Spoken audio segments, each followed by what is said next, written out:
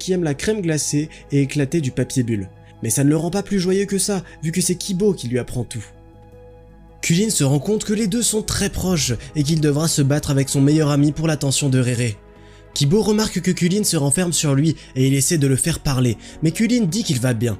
Son ami propose d'aller au karaoké ensemble pour qu'ils s'amusent et pour fêter une bonne note en maths. Quelques jours plus tard, Amanda arrive à l'école des garçons et se dirige tout de suite vers Kulin pour lui donner quelque chose de spécial. Sama ini? Udah ada nomor aku di dalamnya. Sidi saute immédiatement sur Kulin pour lui prendre l'invitation. Sidi dit à Kulin que c'est la règle, si une personne est invitée, alors tout le monde peut y aller. Kulin pense bien plus au karaoké avec son ami qu'à l'anniversaire d'Amanda, mais la soirée ne se passe pas aussi bien qu'il l'aurait voulu. Non seulement Kibo chante mieux que lui, mais il parle aussi beaucoup plus facilement avec Rere. Quand le moment où il faut payer arrive, on apprend que Kibo a laissé son portefeuille à la maison, et sort pour avoir du réseau et transférer de l'argent. Kulin reste seul avec la fille. Il demande à Rere depuis combien de temps elle est amoureuse de Kibo. La jeune fille répond qu'il a tout mal compris, mais Kulin insiste. Kibo tuh sukanya sama cewek lain, Amanda.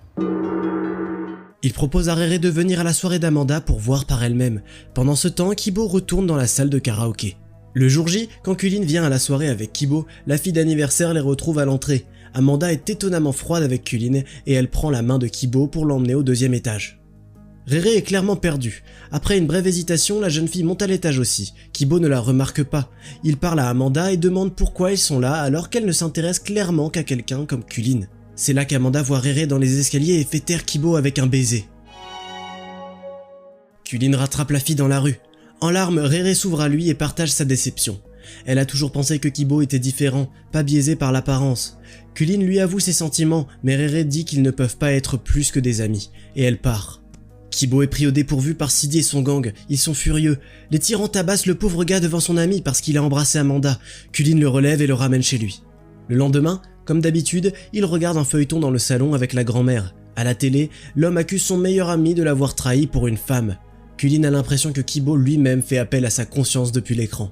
Le soir même, Kibo donne à Kulin la carte à collectionner unique que son ami a toujours voulu. Kulin dit qu'il ne la mérite pas, ni leur amitié, et avoue tout. Puis Kulin avoue qu'il a demandé à Amanda d'embrasser Kibo, promettant d'aller avec elle au bal de promo.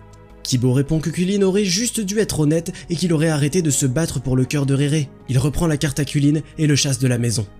Complètement brisé, Kulin rentre chez lui. La famille lui souhaite chaleureusement la bienvenue, mais l'adolescent part juste dans sa chambre sans rien dire. Les examens et le bal de fin d'année approchent.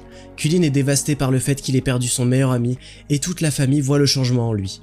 Un jour, après le dîner, sa mère vient dans sa chambre et lui apporte un cadeau. Bukannya